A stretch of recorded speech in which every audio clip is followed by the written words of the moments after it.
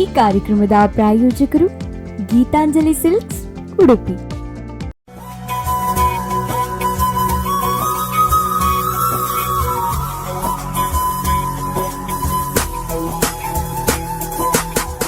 ಆತ್ಮೀಯ ಸ್ಪಂದನ ವಾಹಿನಿಯ ವೀಕ್ಷಕರೇ, ಗೀತಾಂಜಲಿ ಸಿಲ್ಕ್ಸ್ ಅರ್ಪಿಸುವಂತಹ ನಮ್ಮೂರ ಜಾಣೆ, ನಮ್ಮೂರಿನ ಪ್ರತಿಭೆಗಳನ್ನು ಅನಾವರಣಗೊಳಿಸುವಂತಹ ಕಾರ್ಯಕ್ರಮದಲ್ಲಿ ಈ ವಾರ ನಮ್ಮ ಜೊತೆ ಇದ್ದಾರೆ ಅಂತಾರಾಷ್ಟ್ರೀಯ ಮಟ್ಟದಲ್ಲಿ ಹೆಸರು ಮಾಡ್ತಾ ಇರುವಂತಹ, ಮಿನುಗುತ್ತಾರೆ ಅಂತಲೇ ಹೇಳ್ಬೋದು, ಸ್ಪೋರ್ಟ್ಸ್ ಕ್ರೀಡಾ ವಿಭಾಗದಲ್ಲಿ ಹೆಸರು ಮಾಡ್ತಾ ಇರುವಂತಹ ಮಾಧುರ್ಯ ಶೆಟ್ಟಿ ಅವರಿದ್ದಾರೆ. ಇವರನ್ನು ನಾವು ಕಾರ್ಯಕ್ರಮಕ್ಕೆ ಆತ್ಮೀಯವಾಗಿ ಸ್ವಾಗತಿಸಿಕೊಳ್ಳೋಣ. ಕಾರ್ಯಕ್ರಮಕ್ಕೆ ಆತ್ಮೀಯ ಸ್ವಾಗತ ಮಾಧುರ್ಯ ಅವರೇ. ಸೊ ನಿಮ್ಮ ಬಗ್ಗೆ ಏನು, ಸ್ಪೋರ್ಟ್ಸ್ನಲ್ಲಿ ತುಂಬ ಹೆಸರು ಮಾಡ್ಕೊಂಡವರು ನೀವು ಶಾಲೆ ಮಟ್ಟದಿಂದ. ಶಾಲೆಯಲ್ಲಿ ಪ್ರಸ್ತುತ SLC ಕಲಿತಾ ಇದ್ದೀರಿ. ಸೊ ಹೇಗೆ ಶುರುವಾಯಿತು? ಎಲ್ಲಿ ಸ್ಕೂಲಿಂಗ್ ಎಲ್ಲ ಮಾಡಿದ್ರಿ? ಎಲ್ಲಿ ಶಾಲೆ ಪ್ರಾರಂಭ ಮಾಡಿದ್ರಿ? ಎಲ್ಲಿಂದ ಕಲಿತಾ ಬಂದ್ರಿ? ಅಂದರೆ ನಾವು, ನಮ್ಮ ಅಪ್ಪ ಸ್ಪೋರ್ಟ್ಸ್ ವಾಲಿಬಾಲಲ್ಲಿ ಮ್ಯಾಚ್ ಇರೋದ್ರೆ ನಮಗೆ ಚಿಕ್ಕ ವಯಸ್ಸಿಂದನೇ ಸ್ಪೋರ್ಟ್ಸಲ್ಲಿ ಇಂಟ್ರೆಸ್ಟ್ ಇತ್ತು. ಮನೆಯಲ್ಲಿ ಈ ರುಬ್ಬೋಕಲ್ ಅಂತವಲ್ಲ, ಅದು ಬಿಸಾಕ್ತಿದ್ವಿ.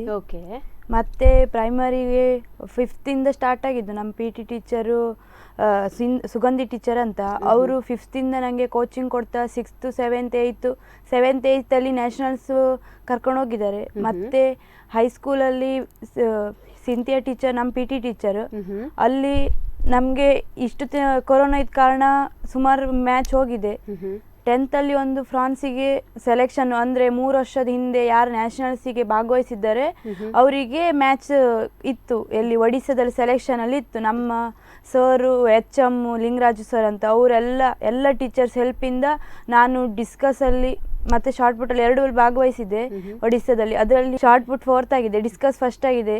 ಅದರಿಂದ ಸೊ ನಮಗೆ ನಾಡ್ದು ಫ್ರಾನ್ಸಲ್ಲಿ ಮೀಟ್ ಉಂಟು. ಎಲ್ಲ ನಮ್ಮದು ಉಡುಪಿ ಸ್ಪೋರ್ಟ್ಸು ಪ್ರೇಮಿಗಳೇ, ಮತ್ತು ಬೆಂಗಳೂರಿಂದ ತುಂಬ ಆರ್ಥಿಕ ಸಹಾಯ ಮಾಡಿ ಎಲ್ಲ ಕಳಿಸಿಕೊಡ್ಲಿಕ್ಕೆ ಈಗ ಎಲ್ಲ ತಯಾರಾಗಿದೆ.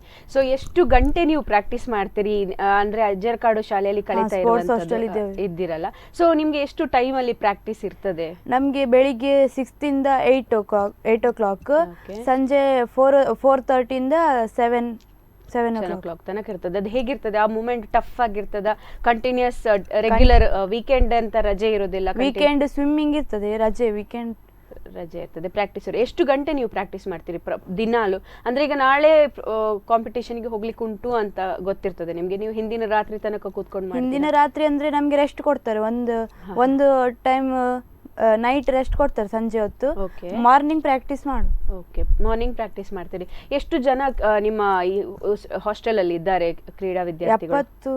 70 ಜನ, ಬಾಯ್ಸ್ ಅಂಡ್ ಗರ್ಲ್ಸ್ ಒಟ್ಟಿಗೆ ಇರ್ತಾರೆ. ಸೊ ನಿಮ್ಗೆ ಯಾವ ರೀತಿ ಪ್ರಾಕ್ಟೀಸ್ ಕೊಡ್ತಾರೆ ಅವರು ಶಾಲೆಯಲ್ಲಿ? ಐ ಮೀನ್ ಶಾಲೆಯಲ್ಲಿ ಆಗಿರ್ಬೋದು ಅಥವಾ ಕ್ರೀಡಾ ಶಾಲೆಯಲ್ಲಿ ಆಗಿರ್ಬೋದು? ನಮ್ಮ ಕೋಚ್ ಅನಂತರಾಮ್ ಸರ್ ಅಂತ, ಅವರು ದಿನ ಬೆಳಿಗ್ಗೆ ಮತ್ತೆ ಸಂಜೆ 2 ಹೊತ್ತು ಕೊಡ್ತಾರೆ. ನಮ್ಗೆ ಥ್ರೋವರ್ಸಿಗೆ ಬೇರೆ, ರನ್ನರ್ಸಿಗೆ ಬೇರೆ, ಜಂಪರ್ಸಿಗೆ ಬೇರೆ ಬೇರೆ ಬೇರೆ ತರದ್ ಕೊಡ್ತಾರೆ.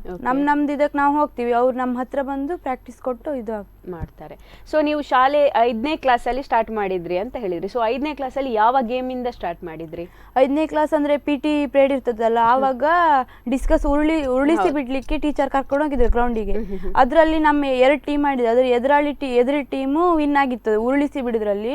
ಥ್ರೋಸ್ ಅಲ್ಲಿ ನಮ್ಮ ಟೀಮ್ ವಿನ್ ಆಗಿತ್ತು. ಆವಾಗ ನಂದು ಡಿಸ್ಕಸ್ ಜಾಸ್ತಿ ಹೋಗಿದ್ ನೋಡಿ ಪ್ರಾಕ್ಟೀಸ್ ಕೊಡ್ಲಿಕ್ಕೆ ಸ್ಟಾರ್ಟ್ ಮಾಡಿ. 5ನೇ ಕ್ಲಾಸಿಂದ ಪ್ರಾಕ್ಟೀಸ್ ಶುರು ಮಾಡಿದ್ರಿ. ಸೊ ಎಷ್ಟು ಕಡೆ ಕಾಂಪಿಟೇಷನ್ಗೆಲ್ಲ ಹೋಗಿದ್ರಿ 5ನೇ ಕ್ಲಾಸಲ್ಲಿ? 5ನೇ ಕ್ಲಾಸಲ್ಲಿ ಅಂದ್ರೆ ನಮ್ಗೆ ಕಾಂಪಿಟೇಷನ್ ಇಲ್ಲ. 6th ಇಂದ ಸ್ಟಾರ್ಟ್. 6th ಅಲ್ಲಿ ಜಿಲ್ಲಾ ಮಟ್ಟದಲ್ಲಿ 3rd ಆಗಿತ್ತು. ಆವಾಗ ನಂಗೆ ಹೊರಗಡೆ ಹೋಗಿ ಅಭ್ಯಾಸ ಇರ್ಲಿಲ್ಲ. ಅಂದ್ರೆ ಆವಾಗ ತುಂಬಾ ಸೀರಿಯಸ್ ಎಲ್ಲ ಆಗಿ ವಾಮಿಟ್ ಎಲ್ಲ 3-4 ತಿಂಗಳು ಸ್ಕೂಲಿಗೆ ಹೋಗ್ಲಿಕ್ಕೆ ಆಗಿರ್ಲಿಲ್ಲ, ಜಿಲ್ಲಾ ಮಟ್ಟ ಮುಗಿಸಿ ಬಂದು. ಮತ್ತೆ 7th ಅಲ್ಲಿ ನ್ಯಾಷನಲ್ಸ್ ಆಗಿದೆ, 3rd ಪ್ರೈಸ್ ಆಗಿತ್ತು. ಇಲ್ಲಿ ಸೌತ್ ಝೋನ್ ಉಡುಪಿಯಲ್ಲೇ ಆಗಿದ್ದು, ಅದ್ರಲ್ಲಿ 3rd ಆಗಿತ್ತು. ಮತ್ತೆ 8th ಅಲ್ಲಿ ಸ್ಕೂಲ್ ಗೇಮ್ಸ್ ಇಂದ ನ್ಯಾಷನಲ್ ತನಕ ಹೋಗಿದೆ. ನ್ಯಾಷನಲ್ ತನಕ ಎಲ್ಲಿ ನ್ಯಾಷನಲ್ಸ್ ಎಲ್ಲ ಎಲ್ಲಿ ನಡೆದಿತ್ತು ಸ್ಪೋರ್ಟ್ಸ್? ಒಂದು 7th ಅಲ್ಲಿ ಹರಿಯಾಣ, ಮತ್ತೊಂದು 7th ಅಲ್ಲಿ ನ್ಯಾಷನಲ್ಸ್ ಇಲ್ಲೇ ಉಡುಪಿಯಲ್ಲೇ ನಡೆದದ್ದು. 8th ಅಲ್ಲಿ ಪಂಜಾಬ್ ಅಲ್ಲಿ. ಸುಮಾರು ಸ್ಟೇಟ್ಗಳನ್ನು ನೋಡಿದ್ರಿ, ಇದರಿಂದ ಅವಕಾಶ ನಿಮಗೆ ಸಿಕ್ಕಿತ್ತು. ಏನು ಸ್ಪೋರ್ಟ್ಸ್ ಅಲ್ಲಿ ಇದ್ದುಕೊಂಡು ಬೇರೆ ಬೇರೆ ಸ್ಟೇಟ್ಗಳನ್ನು ನೋಡುವಂತ ಅವಕಾಶ ಸಿಕ್ಕಿತ್ತು. ಸೊ ಅಷ್ಟೇ ಅಲ್ಲದೆ ನೀವು ಈಗ ಪ್ರಸ್ತುತ SLC ಎಕ್ಸಾಮ್ ಬರೆದ್ರಿ. ಹೇಗೆ ಅಂದ್ರೆ ಮ್ಯಾನೇಜ್ ಮಾಡಿದ್ರಿ ಟೈಮ್? ಅಂದ್ರೆ ಸ್ಪೋರ್ಟ್ಸ್ ಕೂಡ ಮಾಡಬೇಕು, ಮುಂಬರುವ ದಿನಗಳಲ್ಲಿ ಸ್ಪೋರ್ಟ್ಸಿಗೆ ಹೋಗ್ಬೇಕು ನೀವು. ಸೊ ಅದಕ್ಕೆ ಪ್ರಾಕ್ಟೀಸ್ ಮಾಡ್ಬೇಕು, ಅದ್ರ ಜೊತೆ ಎಜುಕೇಶನ್. ಹೇಗೆ ಪ್ರಾಕ್ಟೀಸ್ ಮಾಡಿದ್ರಿ ಆ ಟೈಮ್? ಒಡಿಸ್ಸಾದಲ್ಲಿ ಈಗ ಇದು ಸೆಲೆಕ್ಷನ್ ಇದೆ ಅಂತ ಗೊತ್ತಾಗೋರಿಗೆ ಅಲ್ಲಿ ಹೋಗೋರಿಗೆ ಪ್ರಾಕ್ಟೀಸ್ ಮಾಡ್ತಿದ್ವಿ. 10th ರಾತ್ರಿ ಹೊತ್ತು ಎಲ್ಲ ಓದ್ಕೊಂಡು ಬೆಳಿಗ್ಗೆ ಸಂಜೆ ಪ್ರಾಕ್ಟೀಸ್ ಮಾಡ್ತಿದ್ವಿ. ಅಲ್ಲಿ ಒಡಿಸ್ಸಾ ಮುಗಿಸಿ ಬಂದು ಎಕ್ಸಾಮ್ ಸ್ಟಾರ್ಟ್ ಆಗಿತ್ತು. ಎಕ್ಸಾಮ್ ಟೈಮಲ್ಲಿ ವಾರ್ಮ್ ಅಪ್ ಒಂದು ಮಾಡಿ ಬರ್ತಿದ್ವಿ. ಮತ್ತೆ ಈಗ ಎಕ್ಸಾಮ್ ಮುಗಿದ್ರಿಂದ ಸ್ಟಾರ್ಟ್ ಮಾಡಿದ್ದೇನೆ. ಮತ್ತೆ ಹೇಗೆ ಮಾಡಿದ್ರಿ ಎಕ್ಸಾಮ್? ಬಿಕಾಸ್ ಈ ಸಲ ಮುಂದೆ ಹಿಂದಿನ ವರ್ಷದ ಕ್ವಶನ್ ಪೇಪರ್ ಅಲ್ಲಿ ನೋಡಿದ್ರೆ ಈ ಸಲ ಸುಲಭ ಇತ್ತು ಕ್ವಶನ್ ಪೇಪರ್. ಬರ್ದು ಬಂದ್ರೆ ಈಸಿ ಇತ್ತು. ಬಿಕಾಸ್ ನಿಮಗೆ ತುಂಬ ಟಫ್ ಟೈಮ್ ಇದೆ. ಯಾಕಂತ ಹೇಳಿದ್ರೆ ನೀವು ಫ್ರಾನ್ಸಿಗೆ ಹೋಗ್ಲಿಕ್ಕೆ ಪ್ರಿಪೇರ್ ಆಗಬೇಕು, ಅದರ ನಡುವೆ ನಿಮ್ಮ ಲೈಫಿನ ಒಂದು ಪೀಕ್ ಟೈಮ್ ಇದು. Because SLC is very important. So ಅದರ ಮಧ್ಯದಲ್ಲಿ ಫ್ರಾನ್ಸಿಗೆ ರೆಡಿ ಆಗ್ತಾ ಇದ್ರಿ. ಸೊ ಯಾವ ರೀತಿ ಇತ್ತು ಆ ಟೆನ್ಷನ್ ಮೂಮೆಂಟ್? ಅಂದರೆ ಎಕ್ಸಾಮು ನಮಗೆ ಜನವರಿಯಿಂದ ಇದು ಯಾವುದು ನಮಗೆ ಎಲ್ಲ ಪೋರ್ಷನ್ ಮುಗಿಸಿ ನಮ್ಗೆ ಓದ್ಲಿಕ್ಕೆ ಟೈಮ್ ಅವರೇ ಸರ್ ಎಲ್ಲ ಮಾಡಿ ಕೊಡ್ತಿದ್ರು. ಓಕೆ, ರಿವಿಷನ್ ಎಲ್ಲ ಜನವರಿಯಿಂದಾನೇ ಸ್ಟಾರ್ಟ್ ಆಗಿದ್ದರಿಂದ ಅಷ್ಟು ಟಫ್ ಆಗಿರ್ಲಿಲ್ಲ. ಓಕೆ, ಎಕ್ಸಾಮ್ ಬರ್ರಿ. ಈಗ ಮುಂದೆ ನೀವು ಫ್ರಾನ್ಸಿಗೆ ಹೋಗ್ತಾ ಇದ್ದೀರಿ. ನಿಮ್ಮ ದಾಖಲೆ ಎಷ್ಟು? ನೀವು ಎಷ್ಟು ಮೀಟರ್ಗಳನ್ನು ಮಾಡ್ತೀರಾ? ನಂದೀಗ ಬೆಸ್ಟ್ ಅಂದ್ರೆ ಮೊನ್ನೆ ಒಡಿಸ್ಸಾದಲ್ಲಿ 39.08 ಹೋಗಿದೆ. ಅದು ನನ್ನ ಬೆಸ್ಟ್ ಥ್ರೋ.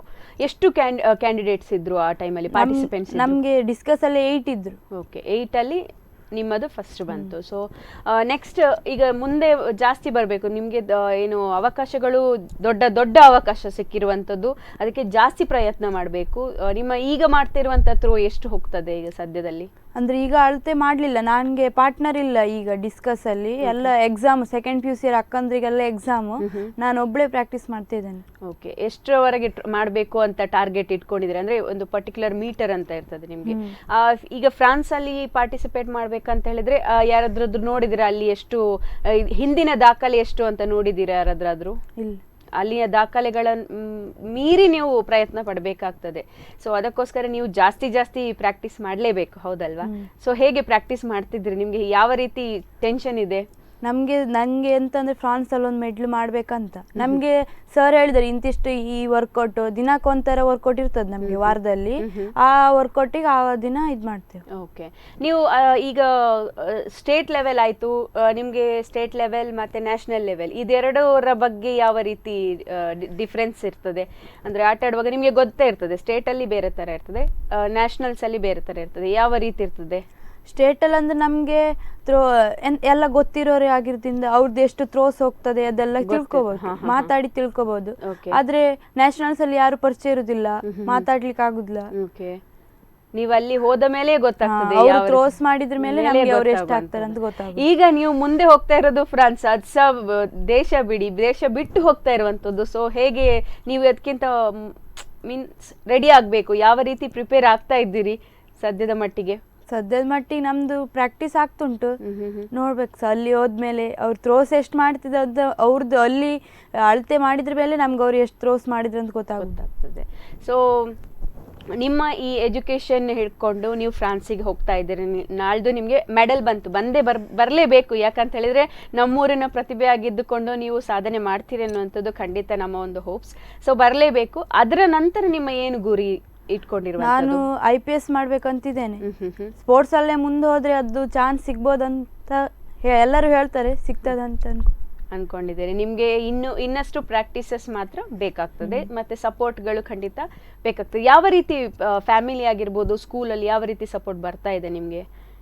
ನಾನು ಇದರಲ್ಲಿ ಮೆಡ್ಲ್ ಮಾಡ್ತೀನಿ ಅನ್ನೋ ಭರವಸೆ ಮೇಲೆ ಎಲ್ಲರೂ ಇದ್ದಾರೆ. ಓಕೆ, ಆರ್ಥಿಕವಾಗಿ ನಾವು ತುಂಬಾ ಇದ್ರಾಗಿದ್ದ ಎಲ್ಲ ಸಹಾಯ ಮಾಡಿದ್ದಾರೆ. ಮನೆಯವರು ಯಾವ ರೀತಿ ಸಪೋರ್ಟ್ ಮಾಡ್ತಾ ಇದ್ದಾರೆ? ಯಾಕಂತ ಹೇಳಿದ್ರೆ ನ್ಯಾಷನಲ್ ಲೆವೆಲ್ ದಾಟಿ ಅಂತಾರಾಷ್ಟ್ರೀಯ ಮಟ್ಟಕ್ಕೆ ಹೋಗ್ತಾ ಇರೋದು. ಯಾವ ರೀತಿ ಸಪೋರ್ಟ್ ಮಾಡ್ತಾ ಇದ್ದಾರೆ ಮನೆಯಲ್ಲಿ?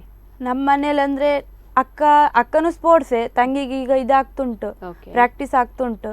ಅಪ್ಪ ಅಮ್ಮ ಹೇಳ್ದಷ್ಟೇ, ನಿಂಗೆ ಆಗ್ತದ, ನೀನ್ ಮಾಡ್ತೀಯ. ಓಕೆ, ಒಂದು ನೀವು ಹುಟ್ಟಿ ಬೆಳೆದಂತಹ ಊರು ಯಾವುದು? ಎಲ್ಲಿಂದ ಬಂದ್ರಿ ನೀವು? ನಾವು ಹಿಲಿಯಣ್ಣ ಅಂತ, ಬ್ರಹ್ಮಾವರ ತಾಲೂಕು ನಮ್ದು. ಅಲ್ಲಿ 8th ಕಲ್ತು 9th ಈಚೆ ಉಡುಪಿಗೆ ಬಂದದ್ದು. ಯಾವ ರೀತಿ ಇತ್ತು ಅಲ್ಲಿಯ ಸ್ಪೋರ್ಟ್ಸ್ ವಾತಾವರಣ ಮತ್ತೆ ಇಲ್ಲಿ ಈಗಿರುವಂತಹ ವಾತಾವರಣ ಯಾವ ರೀತಿ ಇದೆ? ಅಲ್ಲಿ ನಮ್ಗೆ ಇಂತಿಷ್ಟೇ ಟೈಮ್ ಅಂತಿಲ್ಲ. ಸ್ಕೂಲಲ್ಲಿ PT ಪೀರಿಯಡಿಗೆ ಮಾತ್ರ ಪ್ರಾಕ್ಟೀಸ್ ಮಾಡ್ಲಿಕ್ಕಿತ್ತು. ಇಲ್ಲಿ 2 ಹೊತ್ತು ಪ್ರಾಕ್ಟೀಸ್, ಒಳ್ಳೆ ಫುಡ್ ಎಲ್ಲ ಸಿಕ್ತುಂಟು ಸ್ಪೋರ್ಟ್ಸ್. ನಿಜವಾಗಿ ಹೇಳ್ಬೇಕಂತ ಹೇಳಿದ್ರೆ ಫಿಟ್ ಇರಬೇಕು ಅಂತ ನೀವೇನ್ ಹೇಳ್ತೀರಿ? ಅಂದ್ರೆ ಅದೆಷ್ಟೋ ಮಕ್ಕಳು ನಿಮ್ಮ ತರವೇ ಹಳ್ಳಿಗಳಿಂದ ಬಂದಿರ್ತಾರೆ, ಅವರಿಗೆ ಯಾರ್ದು ಸಪೋರ್ಟ್ ಇರೋದಿಲ್ಲ, ಹೇಗೆ ಹೋಗ್ಬೇಕು ಕ್ರೀಡಾ ಶಾಲೆಗೆ ಎನ್ನುವಂಥದ್ದು. ಸೊ ಇದ್ರ ಬಗ್ಗೆ ನೀವೇನ್ ಹೇಳ್ತೀರಿ ಮಕ್ಕಳಿಗೆ? ಅಂದ್ರೆ ಈಗ ಮೊಬೈಲ್ ಇರೋದ್ರಿಂದ ಎಲ್ಲ ಮಾಹಿತಿ ಮೊಬೈಲಲ್ಲೇ ಬರ್ತದೆ. ಸ್ವಲ್ಪ ಮೊಬೈಲಲ್ಲಿ ಗೂಗಲಲ್ಲೆಲ್ಲ ಸರ್ಚ್ ಮಾಡಿದ್ರೆ ಬರ್ತದೆ. ಅಂದ್ರೆ ನಮ್ದು ಸ್ಪೋರ್ಟ್ಸ್ ಅಷ್ಟು ಸೆಲೆಕ್ಷನ್ ಇದ್ರೆ ಎಲ್ಲ ಪೇಪರಲ್ಲಿ ಬ್ಯಾನರ್ ಎಲ್ಲ ಹಾಕ್ತಾರೆ, ಅದೊಂದು ಸ್ವಲ್ಪ ನೋಡ್ಕೊಂಡ್ರೆ ಸ್ಪೋರ್ಟ್ಸ್ ಹಾಸ್ಟೆಲ್ಗೆ ಇದು ಬರ್ಬೋದು. ಅಂದ್ರೆ ಯಾವ ರೀತಿ ಸೆಲೆಕ್ಷನ್ಸ್ ಮಾಡ್ತಾರೆ, ನೀವು ಹೇಗೆ ಸೆಲೆಕ್ಟ್ ಆದ್ರಿ? ನಾವು ತಾಲೂಕು ಮಟ್ಟದಿಂದ ಸೆಲೆಕ್ಷನ್ ಮಾಡ್ಕೊಂಡು ಬರ್ತಾರೆ. ನಮ್ಮ ಟೀಚರ್ ಗಂಡ ಅಲ್ಲಿ ಆಫೀಸಲ್ಲಿ ಕೆಲಸ ಮಾಡೋದ್ರಿಂದ ನಮ್ಗೆ ಸ್ವಲ್ಪ ಹೆಲ್ಪ್ ಆಯಿತು. ತಾಲೂಕು ಮಟ್ಟದಿಂದ ಸೆಲೆಕ್ಷನ್ ಮಾಡಿ ನನಗೆ 9th ಇಲ್ಲಿ ಸೀಟ್ ಇಲ್ಲ, ಒಂದೇ 5th ಹೋಗಿದೆ, 8th ಫಸ್ಟ್ PU ಅಥವಾ ಡಿಗ್ರಿಗೆ. ನನಗೆ 9th ಸೆಲೆಕ್ಷನ್ ಸಿಕ್ಕಿದೆ ಅಂತ ನ್ಯಾಷನಲ್ಸ್ ಮೆಡಲ್ ಆಗಿದ್ರಿಂದ ನನಗೆ 9th ಸ್ಪೋರ್ಟ್ಸ್ ಹಾಸ್ಟೆಲ್ ಸೆಲೆಕ್ಷನ್ ಆಯಿತು. ಸೊ ಅಲ್ಲಿಯವರೆಗೆ ಅಂದರೆ ಬಾಲ್ಯದಿಂದ ಹಿಡಿದು 8ನೇ ತರಗತಿ ತನಕ ನಿಮ್ಮ ಊರಿನಲ್ಲೇ ಕಲ್ತವರು. ಸೊ ಯಾವ ರೀತಿಯ ಎಕ್ಸ್ಪೀರಿಯನ್ಸ್ ಆಯಿತು? ಅಂದರೆ ಹೊಸ ಜಾಗ, ಮನೆ ಬಿಟ್ಟು ಬಂದದ್ದು, ಯಾವ ರೀತಿ ಅನುಭವ? ಮನೆ ಬಿಟ್ಟು ಬಂದು ಸ್ವಲ್ಪ ಬೇಜಾರಾಗ್ತಿತ್ತು ಫಸ್ಟ್ ಪಾರ್ಟಿಗೆ, ಮತ್ತೆ ಫ್ರೆಂಡ್ಸ್ ಎಲ್ಲ ಒಟ್ಟಿಗಿದ್ದು ಒಳ್ಳೆ ಆಗ್ತಿತ್ತು, ಮತ್ತೆ ಪ್ರಾಕ್ಟೀಸಿಗೆ ಒಳ್ಳೆ ಸಿಗ್ತಿತ್ತಲ್ಲ, ನಮ್ಮ ಗುರಿ ಫಸ್ಟ್ ಅಂದ್ಕೊಂಡು ನಾವು ಪ್ರಾಕ್ಟೀಸ್ ಮಾಡ್ತಾ ಇದ್ದೀರಿ. ನೋಡ್ತಾ ಇದ್ದೀರಲ್ಲ ವೀಕ್ಷಕರೇ, ಅಂತಾರಾಷ್ಟ್ರೀಯ ಮಟ್ಟದಲ್ಲಿ ಡಿಸ್ಕಸ್ ಥ್ರೋನಲ್ಲಿ ಒಂದು ಸಾಧನೆಯನ್ನು ಮಾಡ್ತಾ ಇರುವಂತಹ ಪ್ರತಿಭೆ, ಇನ್ನೇನು ಫ್ರಾನ್ಸಿಗೆ ಹೋಗಿ ಇಂಡಿಯಾವನ್ನು ಪ್ರತಿನಿಧಿಸ್ತಾ ಇರುವಂತಹ ಪ್ರತಿಭೆ ಮಾಧುರ್ಯ ಶೆಟ್ಟಿ ಅವರಿದ್ದಾರೆ. ಇವರ ಜೊತೆ ನಾವು ಮಾತನ್ನು ಮುಂದುವರಿಸೋಣ. ಅಲ್ಲಿವರೆಗೆ ತಗೊಳ್ಳೋಣ ಸಣ್ಣ ವಿರಾಮ. ಈ ಕಾರ್ಯಕ್ರಮದ ಪ್ರಾಯೋಜಕರು ಗೀತಾಂಜಲಿ ಸಿಲ್ಕ್ಸ್, ಉಡುಪಿ.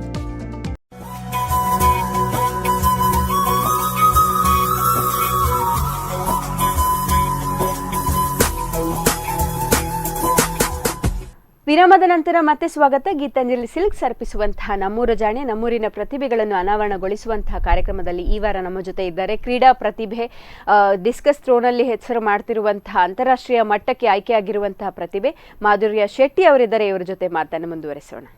ನೀವು ಉಡುಪಿಯ ಅಜ್ಜರ್ಕಾಡ್ನಲ್ಲಿರುವಂತಹ ಕ್ರೀಡಾ ಶಾಲೆಯಲ್ಲಿ ಇದ್ದೀರಿ. ಸೊ ನಿಮಗೆ ಯಾವ ರೀತಿ ಅಲ್ಲಿಂದ ಸಪೋರ್ಟ್ ಸಿಗ್ತದೆ, ಯಾವ ರೀತಿ ನೀವು ಮುಂದುವರಿತಾ ಇದ್ದೀರಿ? ಅಂದರೆ ನಮ್ಮ ವಾರ್ಡನ್ ಟೀಚರ್ ತುಂಬ ಇದು ಮಾಡ್ತಾರೆ, ನಿಮ್ಗೆಲ್ಲ ಆಗ್ತದೆ, ದಿನ ಪ್ರಾಕ್ಟೀಸಿ ಬೆಳಗ್ಗೆ 5:30 ಎಬ್ಸಿ ಪ್ರಾಕ್ಟೀಸಿಗೆ ಕಳಿಸ್ತಾರೆ. ಮಕ್ಕಳು ಅಷ್ಟೇ ನಮ್ಮೊಟ್ಟಿಗೆ ಖುಷಿಯಿಂದ ಇದ್ದು ಮಾತಾಡಿ, ಚಂದ ಮಾಡಿ ಮಾತಾಡಿ ಎಲ್ಲ ಪ್ರಾಕ್ಟೀಸ್ ಒಟ್ಟೆ ಮಾಡ್ಕೊಂಡಿತ್ತು. ಈಗ ಎಕ್ಸಾಮ್ ಬರೆದಿಂದ ಕೆಲವ್ರು ಎಕ್ಸಾಮ್ ಮುಗಿಸಿ ಮನೆಗೆ ಹೋಗಿದ್ದಾರೆ, ಕೆಲವ್ರು ಅಕ್ಕಂದ್ರೆಲ್ಲ ಇದ್ದಾರೆ, ಅವರೆಲ್ಲ ಪ್ರೋತ್ಸಾಹಿಸ್ತಾರೆ, ನಿನ್ಗೆಲ್ಲ ಆಗ್ತದೆ, ನೀ ಆಡ್ತೀಯ ಅಂತ. ರೋಷನ್ ಸರ್ ನಮ್ಮದು ಹೆಡ್ ಅಲ್ಲಿ, ಅವರು ಅಷ್ಟೇ ತುಂಬ ಹೆಲ್ಪ್ ಮಾಡಿದ್ದಾರೆ. ಅನಂತರಾಮ್ ಸರ್ ಕೋಚಿಂಗ್ ಆಗ್ತುಂಟು. ಸರ್ ಹೇಳಿದ, ನೀನು ಮನೆಗೆ ಹೋಗೋದು ಬೇಡ, ಇಲ್ಲೇ ಇದ್ದು ಪ್ರಾಕ್ಟೀಸ್ ಮಾಡು. ಈಗ ಹಾಸ್ಟೆಲ್ ರಜೆ ಅಂತ ನಮಗೆ 10th ವರೆಗೆ ರಜೆ ಕೊಟ್ಟಿದ್ದಾರೆ, 8th 9th 10th. ಸರ್ ಹೇಳಿದ, ನೀವು ಇಲ್ಲೇ ಇದ್ದು ಪ್ರಾಕ್ಟೀಸ್ ಮಾಡೋರೆಲ್ಲ ಮಾಡ್ಬೋದು ಅಂತ ಹೇಳಿ ಈಗ ಪ್ರಾಕ್ಟೀಸ್ ಮಾಡ್ತೀವಿ. ಓಕೆ, ನಿಮ್ಗೆ ಅಂದ್ರೆ ಈಗ ಸಣ್ಣ ಸಣ್ಣ ಮಕ್ಕಳು ಇದ್ದಾರೆ, 5ನೇ ಕ್ಲಾಸ್, 5ರಿಂದ ಮುಂಚೆ ಇತ್ತು, ಈಗ 8ರಿಂದ ಉಂಟು. 8 ಅಂದ್ರೆ ನಿಮ್ಗೆ ಯಾವ ರೀತಿ ಕ್ಲಾಸಸ್ ಮಾಡ್ತಾರೆ? 8ನೇ ಕ್ಲಾಸ್ ಅವರಿಗೆ ಬೇರೆ ಹಾಗೆ ಏನಿಲ್ಲ, ಯಾವ ರೀತಿ ಅಂದ್ರೆ ಅಥ್ಲೆಟಿಕ್ ಅಲ್ಲಿ ಇದು ಜಂಪ್ಸ್ ಮತ್ತೆ ರನ್ನಿಂಗ್ ಸರಿಗೆ ಒಟ್ಟೆ ಮಾಡಿಸ್ತಾರೆ. ಅವರಿಗೆ ಒಂದೇ ತರದ ವರ್ಕೌಟ್. ನಮ್ಮ ಥ್ರೋವರ್ಸಿಗೆ ಮಾತ್ರ ಚೇಂಜ್ ವರ್ಕೌಟ್ ಇರ್ತದೆ. ಎಷ್ಟು ಅಂದ್ರೆ ವರ್ಕೌಟ್ ಅಂತ ಹೇಳಿದ್ರೆ ಯಾವ ರೀತಿಯ ವರ್ಕೌಟ್? ದಿನಕ್ಕೆ ಅವರಿಗೆ ಬೆಳಿಗ್ಗೆ ಕಂಟಿನ್ಯೂಸ್ ಇದ್ರೆ ನಮಗೆ ಜಿಮ್ ಇರ್ತದೆ ಬೆಳಿಗ್ಗೆ, ಮತ್ತೆ ಅವರಿಗೆ ಸ್ಟೆಪ್ಸು, ಅವರಿಗೆ ವಾರಕ್ಕೆ 2 ದಿನ ಜಿಮ್ಮು, ನಮಗೆ 3 ದಿನ ಜಿಮ್ಮು, ಮೆಡಿಸಿನ್ ಬಾಲು, ಜಂಪ್ಸ್ ಎಲ್ಲ ಇರ್ತದೆ. ಅವರಿಗೆ ಜಿಮ್ಮು, ಸ್ಟೆಪ್ಸ್ ಮತ್ತೆ ಕಂಟಿನ್ಯೂಸ್, ಸ್ಲೋ ಮತ್ತೆ ಫಾಸ್ಟ್ ಕಂಟಿನ್ಯೂಸ್ ಇರ್ತದೆ. ಓಕೆ, ಈಗ ಕ್ರೀಡಾ ಶಾಲೆಯಲ್ಲಿ ನಿಮ್ಗೆ ಇದೇ ತರದ ಫುಡ್ ಅಂತ ಪ್ರೊವೈಡ್ ಮಾಡ್ತಾರೆ. ಯಾವ ರೀತಿ ಫುಡ್ ಇರ್ತದೆ ನಿಮ್ಗೆ? ದಿನಕ್ಕೆ 2 ಸಲ ಹಾಲು ಕೊಡ್ತಾರೆ, ಬೆಳಿಗ್ಗೆ ಮತ್ತೆ ರಾತ್ರಿ. ಮೊಟ್ಟೆ 2 ಸಲ ಕೊಡ್ತಾರೆ, ಮತ್ತೆ ತಿಂಡಿ ಇದು ವಾರಕ್ಕೆ ಇದೆ ಅದನ್ನೇ ಕೊಡು ಸೆಟ್ ಮಾಡಿ ಇಟ್ಟಿರ್ತಾರೆ. ಓಕೆ, ಈಗ ನೀವು ನ್ಯಾಷನಲ್ ಲೆವೆಲ್ಗೆ ಹೋದ್ರಿ, ಸ್ಟೇಟ್ ಬಿಟ್ಟು ನ್ಯಾಷನಲ್ ಲೆವೆಲ್, ಅಲ್ಲಿ ಯಾವ ರೀತಿ ಟೈಮಿಂಗ್ ಎಲ್ಲ? ಅಂದ್ರೆ ನೀವು ಈಗ ಪ್ರೋಗ್ರಾಮ್ ಕಾಂಪಿಟೇಷನ್ ಇರುವಾಗಲೇ ಹೋಗ್ತೀರಾ ಅಥವಾ ಎಷ್ಟು ದಿವಸ? ಅಂದ್ರೆ ನಮ್ಗೆ ಫಸ್ಟಿಗೆ ಹೋಗಿ ಅಲ್ಲಿ ಎಂಟ್ರಿ ಮಾಡ್ಬೇಕು, ಹೆಸರು ಎಲ್ಲ ಕೊಟ್ಟು ಎಂಟ್ರಿ ಮಾಡ್ಬೇಕು. ಮತ್ತೆ ರೂಮಲ್ಲಿ ನಮ್ದು ಇದು ಈವೆಂಟ್ ಯಾವಾಗ ಇರ್ತದೆ ಅದಕ್ಕಿಂತ 1-2 ಗಂಟೆ ಮೊದಲೇ ಗ್ರೌಂಡಿಗೆ ಹೋದ್ರೆ ಸಾಕಾಗ್ತದೆ, ಮತ್ತೆ ರೆಸ್ಟ್ ಮಾಡ್ಬೋದು ರೂಮಲ್ಲಿ. ಓಕೆ, ನೀವಂದ್ರೆ ಪ್ರಿಪೇರ್ ಆಗಿಯೇ ಹೋಗಿರ್ತೀರಾ ಅಥವಾ ಅಲ್ಲಿ ಹೋಗಿ ಅವರು ಕರ್ಕೊಂಡು ಹೋದ್ಮೇಲೆ ಅಲ್ಲಿ ಹೋಗಿ ವಾರ್ಮ್ ಅಪ್ ಮಾಡಿ ಮತ್ತೆ ರೆಡಿ ಆಗುವಂಥದ್ದು? ಸೊ ಅಲ್ಲಿ ಈಗ ಪ್ರೋಗ್ರಾಮ್ಸ್, ಐ ಮೀನ್ ಕಾಂಪಿಟೇಷನ್ಸ್ ತುಂಬಾ ಇರ್ತದೆ, ಅದರಲ್ಲಿ ನಿಮ್ಮ ಕಾಂಪಿಟೇಷನ್ ಪಾರ್ಟ್ ವಿಭಾಗ ಬರುವ ತನಕ ವೇಟ್ ಮಾಡ್ತೀರಾ? ಅಲ್ಲಿ ಹೊರಗಡೆ ಲೀಸ್ಟ್ ಆಗಿರ್ತಾರೆ, ಇಂತಿಷ್ಟು ಹೊತ್ತಿಗೆ ಈ ಕಾಂಪಿಟೇಷನ್ ಸ್ಟಾರ್ಟ್ ಮಾಡ್ತಾರೆ. ಓಕೆ, ಆವಾಗ ನೀವು ಪ್ರಿಪೇರ್ ಆಗಿ ಹೋಗುವಂಥದ್ದು. ಸೊ ಈಗ ನಿಯರ್ಲಿ ತುಂಬಾ ಕಂಟೆಸ್ಟೆಂಟ್ಸ್, ಐ ಮೀನ್ ಪಾರ್ಟಿಸಿಪೆಂಟ್ಸ್ ಇರ್ತಾರೆ. ಸೊ ಅವಾಗ ನೀವು ಹೇಗೆ ಪ್ರಿಪೇರ್ ಆಗ್ತೀರಿ? ಅವರು ಅಂದ್ರೆ ಒಬ್ಬ ಹುಡುಗಿ ಅಥವಾ ಹುಡುಗ ಆಗಿರುವ, ಅಂದ್ರೆ ನಿಮ್ಗೆ ಸಪರೇಟ್ ಇರ್ತದೆ. ಸೊ ಹುಡುಗಿಯರಿಗೆ ಸಪರೇಟ್ ಇದ್ರೆ ನಿಮ್ಮಕ್ಕಿಂತ ಮೊದ್ಲಿನವಳು ಯಾವ ರೀತಿ ಮಾಡ್ತಾಳೆ, ಏನು ಕಾಂಪೀಟ್ ಮಾಡ್ತಾಳೆ ಅನ್ನೋದ್ರ ಬಗ್ಗೆ ನೀವು ನೋಡ್ತಾ ಇರ್ತೀರಾ ಅಥವಾ ನೀವು ನಿಮ್ಮದೇ ಪ್ರಿಪೇರ್ ಆಗ್ತಾ ಇರ್ತೀರಾ? ಅಂದ್ರೆ ಫಸ್ಟಿಗೆ ನಮ್ದು ವಾರ್ಮ್ ಅಪ್ ಎಲ್ಲ ಆಗ್ತಿರ್ತದೆ, ಮತ್ತೆ 2-3 ಥ್ರೋ, ಒಂದು 6 ಥ್ರೋಸ್ ಕೊಡ್ತಾರೆ. ಒಂದು 2-3 ಥ್ರೋಸ್ ಆದ್ಮೇಲೆ ನಾವು ಅವ್ರದ್ದು ಎಷ್ಟು ಥ್ರೋಸ್ ಹೋಗ್ತೀವಿ ಅದೆಲ್ಲ ನೋಡ್ತಾ ಇರ್ತೀರಿ, ನೀವು ಅಬ್ಸರ್ವ್ ಮಾಡ್ತಾ ಇರ್ತೀರಿ. ಹಾ, ಸೊ ಆಗ ನಿಮ್ಗೆ ಗೊತ್ತಾಗ್ತದೆ ನೀವು ಎಷ್ಟು ದೂರ ಎಸಿಬೇಕು ಅಂತ ಅಲ್ವಾ. ಸೊ ಯಾವ ರೀತಿ ಈ ಶಾರ್ಟ್ ಪುಟ್ ಅಂತ ಹೇಳಿದ್ರಿ, ಶಾರ್ಟ್ ಪುಟ್ ನಲ್ಲಿ ಯಾಕೆ ಮುಂದುವರಿಲಿಲ್ಲ ನೀವು? ಶಾರ್ಟ್ ಪುಟ್ ಅಂದ್ರೆ ನಾ ಟರ್ನಿಂಗ್ ಮಾಡುದು ಡಿಸ್ಕಸ್ ತರ ಶಾರ್ಟ್ ಪುಟ್ ಟರ್ನಿಂಗು ಹೊಡಿತಿದ್ದೆ. ಅದು ಸ್ವಲ್ಪ ಪ್ರಾಕ್ಟೀಸ್ ಅಷ್ಟಿಲ್ಲ ಶಾರ್ಟ್ ಪುಟ್. ಸೊ ಅದು ಎರಡರಲ್ಲಿ ಬಿಟ್ಟು ಬೇರೆ ಯಾವ ರೀತಿಯ ಸ್ಪೋರ್ಟ್ಸ್ ಕ್ಯಾಟಗರಿ? ಥ್ರೋಬಾಲ್, ವಾಲಿಬಾಲ್ ಆಡ್ತೇನೆ. Throwball, volleyball. ನೀವು ಯಾಕೆ ರನ್ನಿಂಗ್ ಅದನ್ನೆಲ್ಲ ಚೂಸ್ ಮಾಡಲಿಲ್ಲ? ನಮ್ಮ ಬಾಡಿ ಫಿಟ್ನೆಸ್ ನೋಡಿ ಅದು ಚೂಸ್ ಮಾಡುವಂಥದ್ದಲ್ವಾ. ಸೊ ಅದು ಬಿಟ್ಟು, ಸ್ಪೋರ್ಟ್ಸ್ ಬಿಟ್ಟು ಬೇರೆ ಯಾವ ರೀತಿಯ ಹಾಬೀಸ್ ಅನ್ನು ನೀವು ಮಾಡ್ತೀರಿ? ನಿಮ್ಗೆ ಏನು ಹಾಬೀಸ್ ಅಂತ ಇದೆ? ಪ್ರಬಂಧ ಅದೆಲ್ಲ ಬರೀತೀರಿ. ಅದು ಬಿಟ್ಟರು ಈಗ SLC ಮುಗೀತು ನಿಮ್ಮದು, ನಾಳ್ದು ಇನ್ನೂ ಸ್ವಲ್ಪ ದಿವಸದಲ್ಲಿ ರಿಸಲ್ಟ್ ಬರ್ತದೆ. ಮುಂದೆ ಏನು ಮಾಡ್ಬೇಕಂತ ಅನ್ಕೊಂಡಿದ್ದೀರಿ? First PUC arts or commerce ತಕೊಂಡು IPS ಹೇಳಿದ್ರಿ. ಸೊ IPS ಮಾಡ್ಬೇಕಂತ ಹೇಳಿದ್ರೆ ನೀವು ಅದಕ್ಕೆ ತುಂಬಾ ಪ್ರಿಪೇರ್ ಆಗಬೇಕು. ಅದರ ಜೊತೆ ನೀವು ಸ್ಪೋರ್ಟ್ಸ್ ಕೂಡ ಮಾಡ್ಬೇಕಂತ ಇದ್ರಿ. ಹೇಗೆ ಪ್ರಿಪೇರ್ ಆಗ್ಬೋದು ಅಂತ ಅನ್ಕೊಂಡಿದ್ದೀರಿ? ಬಿಕಾಸ್ ಸೆಟ್ ಮಾಡಲೇಬೇಕು, ನಿಮಗೆ ಈ ತರ ಪರ್ಟಿಕ್ಯುಲರ್ ಗೋಲ್ ಇದೆ. ಸೊ ನೀವು ಹೇಗೆ ಪ್ರಿಪೇರ್ ಆಗ್ತೀರಿ? ಇಲ್ಲಿ IPS ಮಾಡಿದವ್ರ ಹತ್ರ ಒಂದು ಸ್ವಲ್ಪ ಇದು ಕೇಳುವ, ಅವರು ಯಾವ ಥರ ಪ್ರಿಪೇರ್ ಆಗಿದ್ದಾರೆ ಅಂತ ತಿಳ್ಕೊಂಡು ಮತ್ತೆ ನಾವು ಮುಂದಿನ ಹೆಜ್ಜೆ ಇಡುವಂಥದ್ದು. ಸೊ ಈಗ ಕ್ರೀಡಾ ಶಾಲೆಯಲ್ಲಿ ಎಷ್ಟು ವರ್ಷ ತನಕ ನಿಮಗೆ ಅವಕಾಶ ಇರ್ತದೆ? ಡಿಗ್ರಿ ಮುಗಿಯಲ್ಲ, ಫೈನಲ್ ಇಯರ್ ಡಿಗ್ರಿಯ ತನಕ ಅವಕಾಶ ಉಂಟು. ಅಲ್ಲಿಯ ತನಕ ನೀವು ಇಲ್ಲಿ ಮಧ್ಯೆ ಸೆಲೆಕ್ಷನ್ ಇರ್ತದೆ. ಸೆಲೆಕ್ಷನ್ ಸಿಕ್ಕಿದ್ರೆ ಹಾಸ್ಟೆಲ್, ಇಲ್ಲ ಮನೆ. ಮತ್ತೆ ಸೆಲೆಕ್ಷನ್ ಇರ್ತದೆ? ಪ್ರತಿ ವರ್ಷ ಸೆಲೆಕ್ಷನ್ ಇರ್ತದೆ. ಓಕೆ, ಪ್ರತಿ ವರ್ಷದ ಸೆಲೆಕ್ಷನ್ ಅಲ್ಲಿ ನೀವು ಚಾಯ್ಸ್ ಆಗಿ ಮುಂದೆ ಹೋಗುವಂತದ್ದಲ್ವಾ. ಈಗ ನಾಳ್ದು ಫ್ರಾನ್ಸಿಗೆ ಹೋಗ್ತಾ ಇದ್ದೀರಿ, ಯಾವ ರೀತಿ ಎಕ್ಸೈಟ್ ಆಗಿದ್ದೀರಿ? ಯಾವ ರೀತಿ ಇದೆ ಅಂದ್ರೆ ಆಬ್ವಿಯಸ್ಲಿ ಟೆನ್ಷನ್ ಇದ್ದೇ ಇರ್ತದೆ. ಯಾವ ರೀತಿ ನಿಮ್ಮ ತಲೆಯಲ್ಲಿ ಈಗ ಓಡಾಡ್ತಾ ಉಂಟು? ಹೇಗೆ ಪ್ರಿಪೇರ್ ಪ್ರಾಕ್ಟೀಸ್? ಅದೇ ಪ್ರಾಕ್ಟೀಸ್ ಟೈಮ್ ಅಲ್ಲಿ ಯಾವ ರೀತಿ ಪ್ರಾಕ್ಟೀಸ್ ಮಾಡ್ತಾ ಇದ್ದೀರಿ? ಸದ್ಯ ಅವ್ರು ಎಷ್ಟು ಆಗ್ತಾರೋ, ನಾನೇನು ಅಲ್ಲೋಗಿ ಎಷ್ಟು ಆಗ್ತೀನೋ ಅಂತ ಟೆನ್ಷನ್ ಇದೆ. ಬೇರೆ ಬೇರೆ ದೇಶದಿಂದ ಬರ್ತಾ ಇರ್ತಾರೆ. ಸೊ ನೀವು ಹೇಗೆ ಪ್ರಿಪೇರ್ ಅಂದ್ರೆ ನಿಮ್ಗೆ ಮತ್ತೆ ಒಂದು ನಾವು ಅಬ್ಸರ್ವ್ ಮಾಡಿದ್ದು ಸ್ಪೋರ್ಟ್ಸ್ ಮೆನ್ಗಳಲ್ಲಿ ಅಥವಾ ವಿಮೆನ್ಗಳಲ್ಲಿ ನಿಮ್ಗೆ ಭಾಷೆಯ ತೊಂದರೆ ಆಗ್ತದೆ. ನೀವು ಅಲ್ಲಿ ಹೋಗಿ ಹೇಗೆ ಕಮ್ಯುನಿಕೇಟ್ ಮಾಡ್ತೀರಿ ಅವರ ಅಲ್ವಾ? ನಿಮ್ಗೆ ಇಲ್ಲಿ ಕ್ರೀಡಾ ಶಾಲೆಯಲ್ಲಿ ಯಾವುದೇ ರೀತಿಯ ಭಾಷೆಯ ತರಬೇತಿಗಳು ಸಿಗ್ತಾ ಇಲ್ವಾ? ಇಲ್ಲ, ಅದೊಂದು ಮುಖ್ಯವಾಗಿ ಕೊಡ್ಬೇಕಾಗಿತ್ತು. ಯಾಕಂತ ಹೇಳಿದ್ರೆ ಭಾಷೆ ಯಾವತ್ತು ಅಡೆತಡೆ ಆಗ್ತದೆ ಹೋಗುವಾಗ. ನೀವು ಒಡಿಸ್ಸಾಕ್ಕೆ ಹೋದ್ರಿ, ಯಾವ ಭಾಷೆಯಲ್ಲಿ ಹಿಂದಿಯಲ್ಲಿ ಮಾತಾಡಿದ್ರಿ. ಈಗ ಮುಂದೆ ಹೋಗ್ತಾ ಇರುವಂತದ್ದು ಅಂತಾರಾಷ್ಟ್ರೀಯ ಮಟ್ಟದಲ್ಲಿ, ಅಲ್ಲಿ ಬರುವಂತವರು ಬೇರೆ ಬೇರೆ ದೇಶದಿಂದ, ಅವರಿಗೆ ಇಂಗ್ಲಿಷ್ ಎನ್ನುವಂಥದ್ದು ಮುಖ್ಯವಾಗಿರ್ತದೆ. ಸೊ ತಾವು ಕಮ್ಯುನಿಕೇಟ್ ಮಾಡ್ಲಿಕ್ಕೆ ತಯಾರಿ ಏನಾದ್ರು ಮಾಡ್ಕೊಳ್ತಾ ಇದ್ದೀರಾ?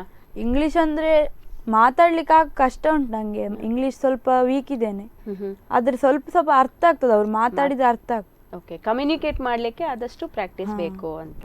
ನಿಮ್ಗೆ ಈಗ ಫ್ರಾನ್ಸ್ಗೆ ಹೋಗ್ಲಿಕ್ಕೆ ಎಲ್ಲ ತಯಾರಿ ಆಗ್ಬೇಕಿತ್ತು. ಯಾಕಂತ ಹೇಳಿದ್ರೆ 2.5 ಲಕ್ಷದ ಏನು ಮೊತ್ತ ಬೇಕಾಗಿತ್ತು. ಯಾವ ರೀತಿ ಕಲೆಕ್ಟ್ ಆಯ್ತು? ಯಾವ ರೀತಿ ಸಹಾಯ ನಿಮ್ಗೆ ಸಿಕ್ಕಿತು?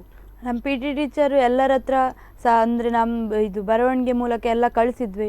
ಕೆನರಾ ಬ್ಯಾಂಕ್ ಅವರು ಕೊಟ್ಟಿದ್ದಾರೆ, ಬಂಟರ್ ಸಮಾಜ ಬೆಂಗಳೂರು, ಸುಮಾರು ಬದಿಯಿಂದ ಎಲ್ಲ ಸಿಕ್ಕಿದೆ. ಉಡುಪಿ, ನಮ್ದು ಆಚೆ ಸೈಡ್, ನಮ್ಮ ಊರ್ ಸೈಡ್ ಇದೆಲ್ಲ ಸಿಕ್ಕಿದೆ.